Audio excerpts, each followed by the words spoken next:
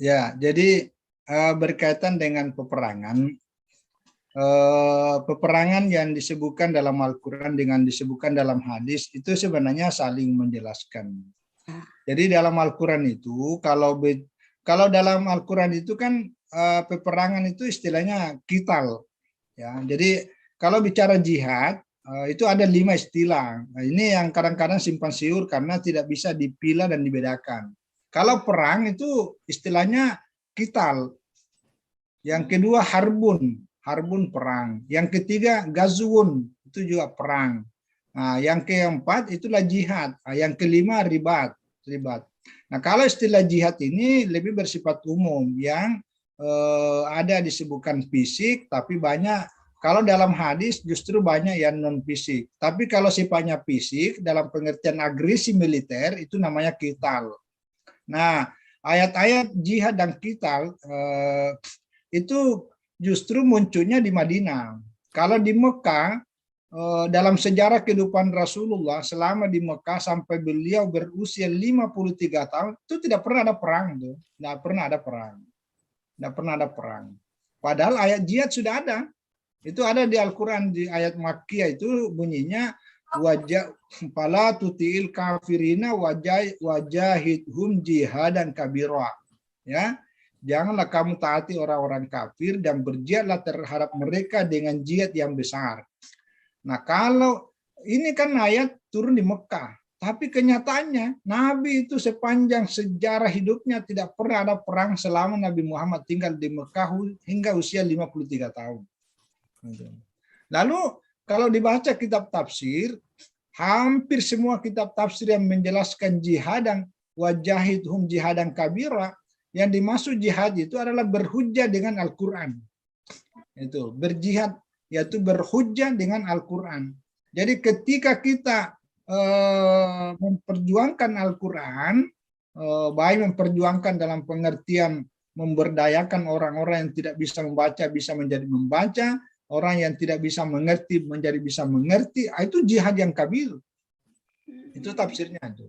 Nah, nanti Madinah itu ada 5 periodenya. Jadi pertama turun ayat, tetapi itu setelah kita dizalimi. Jadi tidak boleh sifatnya ofensif, tapi kita harus defensif. Artinya nanti setelah ada penyerangan, nah baru dilakukan. Nah, itu perang. Jadi Nabi itu berperang karena dalam rangka mempertahankan diri, mempertahankan akidah. Kan tidak boleh membunuh. Man qatala nafsan bighairi nafsin aw fasadin fil ardi faka'annama qatala nasa jami'a wa man ahyaha faka'annama ahyan nasa jami'a. Jadi siapa yang membunuh satu diri bukan karena orang itu membunuh, maksud bukan karena kisas, ya, aw fasadin fil ardi, berbuat kerusakan. Dulu itu orang-orang musyrik itu, nah itu termasuk kerusakan.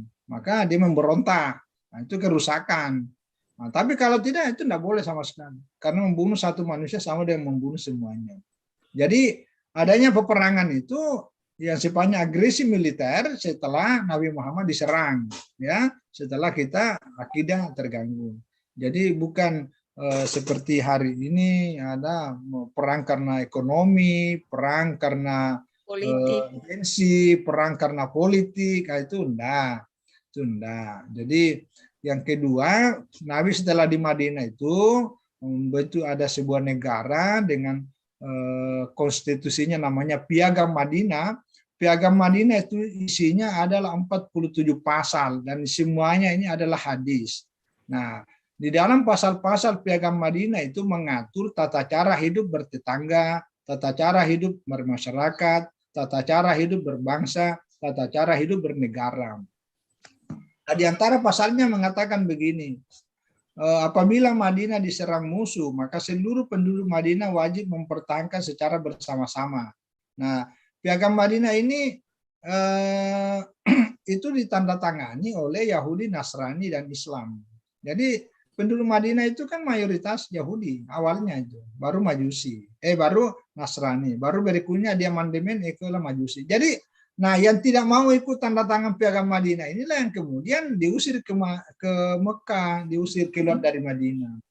Nah dalam Piagam Madinah itu ada 23 suku Yahudi. Jadi suku Yahudi itu kalau di piagam Madinah itu nama-nama suku, nama suku Yahudi. Nah, yang tidak masuk itu Yahudi Bani Kainuka dengan Yahudi Bani Quraidah. Ada 3 suku Yahudi itu yang paling keras, itu yang selalu ingin membunuh Nabi Muhammad. Itu yang diusir dari Madinah itu. Ya. Itu Yahudi Bani Kainuka, Yahudi Bani Quraidah, ada satu lagi saya lupa. Nah, ini Yahudi ini tidak boleh dibiarkan karena dia selalu bercita-cita ingin membunuh Nabi karena ingin memberontak. Nah, itu, ya. Beda Yahudi Bani Khaybar. Yahudi Bani Khaybar itu diperlakukan dengan baik. Jadi disuruh menggarap tanah milik umat Islam, nanti hasilnya dimakan oleh mereka bersama keluarga. Jadi tidak saling mengganggu. Nah, jadi itu diatur. Jadi saya kira peperangan pada zaman Nabi itu sudah tidak relevan dengan hari ini, ya. Kecuali di daerah-daerah tertentu, katakanlah mungkin di Afghanistan, di Gaza, di mana ya? Ya mungkin dalam konteks sama dengan model penjajahannya pada zaman. Tapi kalau Indonesia ini sudah sangat damai lah kita. Ya, kalaupun ada yang merasa tidak damai ya mungkin karena personalnya mungkin ya, atau karena ada sesuatu yang lain. Jadi saya kira itu perang pada zaman Nabi memang pernah, tapi dalam konteks mempertahankan akidah, ya, pertahankan akidah. Jadi bukan karena yang lain. Kan begini, ini ringkasan terakhir lah. Jadi baik kita ini kan ada 5 hal yang wajib kita jaga itu. Ada 5 hal. Ini maqasidus syariah ini. Jadi mabadi. Pertama itu adalah agama. Itu wajib hukumnya dijaga. Dalam artian adalah akidah. Nah, kalau agama diganggu, ya nyawa pun taruhannya tidak apa-apa. Itu. Nah, itu seperti yang terjadi di Madinah itu. Nah, yang kedua wajib dijaga itu nyawa. Nah, jadi urutan setelah agama wajib itu nyawa. Maka kalau nyawa terancam, barang haram pun menjadi boleh. Orang kalau sudah sakit, lalu kemudian tidak ada obatnya ditemukan, kecuali obat itu yang terbuat dari barang yang haram, itu boleh. Karena dalam rangka menyelamatkan nyawa. Tapi seperlunya, jangan sudah sembuh, masih dipakai lagi pula. Suka-suka. Iya, jadi orang masuk di tengah-tengah hutan, lalu kemudian kelaparan, tidak ada bekal apa-apa, lalu tiba-tiba ini ada pohon pisang ini, pisangnya lagi matang pula. Itu boleh diambil untuk menyelamatkan nyawa, tapi jangan ditebang, dibawa pulang ke rumah. Itu tidak boleh.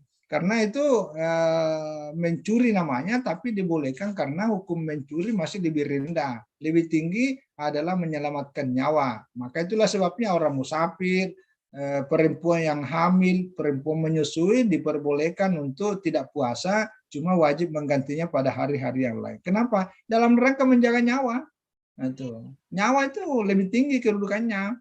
Yang ketiga yang wajib dijaga adalah akal. Maka seluruh makan minuman apapun mereknya, kalau bisa merusak akal, haram hukumnya. Itu aja. Jadi apapun mereknya, apapun kalau dikonsumsi lalu bisa merusak akal, itu wajib, haram dimakan. Itu. Yang keempat wajib dijaga itu adalah keluarga. Itu. Keluarga. Jadi keturunan itu wajib hukumnya. Itu. Yang keempat adalah harta benda. Maka itulah kemudian hak-hak dalam transaksi itu harus jelas karena itu dalam rangka menjaga harta. Karena kalau ada transaksi yang tak jelas itu akan memicu adanya persengketaan. Maka supaya aman, faktubuhu catat. Itu dalam rangka menjaga harta itu. Nah, begitu juga menjaga keturunan itulah dengan harus ada batasan-batasan. Nah, ini yang jadi ada urutan-urutannya. Ya mungkin ya kira-kira seperti itulah kira-kira. Ya, jadi kalau jihad peperangan ini ada memang hadis tentang khusus itu. Ya saya kira itulah wallahu alam.